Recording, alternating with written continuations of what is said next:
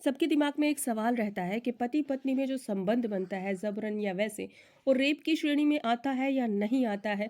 क्योंकि बहुत सारे सवाल हमारे पास ऐसे आए हैं, शादीशुदा महिलाओं ने पूछे हैं कि ऐसा होता है या नहीं होता है, ये हम क्या करें इसमें। तो बता देती हूँ, सुप्रीम कोर्ट ने एक मैरिटल रेप में बहुत ही ऐतिहासिक फैसला दे दिया है कि पति द्वारा जबरन यौन संबंध से गर्भवती अगर महिला भी रेप पीड़िता मानी जाएगी। बहुत ही ज़रूरी जानकारी है, आपको बता देते हैं कि अपॉर्शन पर सुप्रीम कोर्ट का फैसला। पत्नी जबरन संबंध बनाने से प्रेग्नेंट हुई तो गर्भपात की हकदार होगी। विवाहिता अविवाहिता में भेद करना असंवैधानिक रहेगा। Justice DY Chandrachud, justice AS Bopanna और जस्टिस जेबी पारदीवाला की पीठ ने अपने फैसले में साफ कर दिया कि एमटीपी एक्ट की धारा 3(2)(b) 20 से 24 सप्ताह के गर्भ को समाप्त करने का अधिकार देता है।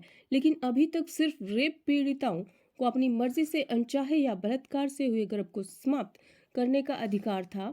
लेकिन अब विवाहित महिला भी विवाहित जीवन में पति के जबरन संबंध बनाने से हुए अनचाहे गर्भ को गिराने या रखने का फैसला कर सकती है। यानी अब रेप पीड़िता की श्रेणी में पति से पीड़ित विवाहित महिला भी हो सकती है। सुप्रीम कोर्ट ने आज ऐतिहासिक फैसले में मैरिटल रेप को नए सिरे से परिभाषित किया है। कोर्ट ने कहा है कि पति के द्वारा जबरन यौन संबंध से गर्भवती महिला भी रेप पीड़िता कहलाएगी। सुप्रीम कोर्ट ने कहा कि मैरिटल रेप को साबित करने के लिए किसी आपराधिक कार्रवाई की जरूरत नहीं है। पति द्वारा जबरन यौन संबंधों से गर्भवती महिला भी रेप पीड़िता की श्रेणी में आएगी। ऐसे गर्भ को रखना या नहीं रखना, यह तय करने का एकाधिकार पत्नी या महिला का होगा। कोर्ट ने कहा कि विवाहित महिला को शारीरिक स्वायत्तता, कानून और सामाजिक संरक्षण देना ही होगा।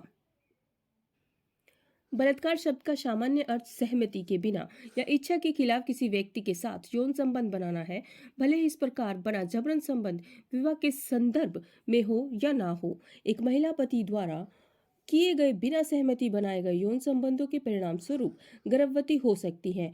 हम चूक जाएंगे अगर यह स्वीकार नहीं करेंगे कि अंतरंग साथी द्वारा ही की जाने वाली हिंसा वास्तविकता है और रेप का रूप ले सकती है। हमने आईपीसी की धारा 375 के अपवाद 2 को भी संक्षेप में छुआ है। इस धारा के बावजूद नियम 3(b)(a) में यौन हमला या रेप शब्द के अर्थ में पति का पत्नी पर किया गया यौन हमला या बलात्कार शामिल है।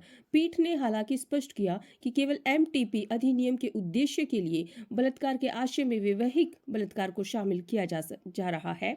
अदालत ने यह भी कहा कि एमटीपी अधिनियम के तहत गर्भावस्था को समाप्त करने के लिए एक महिला को बलात्कार या यौन हमला होने को साबित करने की आवश्यकता नहीं है। तो अगर है आप शादीशुदा और अनजाने में या ना चाहते हुए भी आप मां बनने जा रही हैं और यह सोच रही हैं कि पति का हक है और अब उसको बच्चा पैदा करना ही है, तो यहाँ पे गलत है। फिर भी अगर आप कुछ क्वारी करना चाहती हैं इस सेक्शन से लेके या इस अवस्था में, अगर आपकी कोई लीगल क्वारी है इससे रिलेटेड, तो आप हमें व्हाट्सएप नंबर पर कांटेक्ट करके क्वारी कर सकती हैं।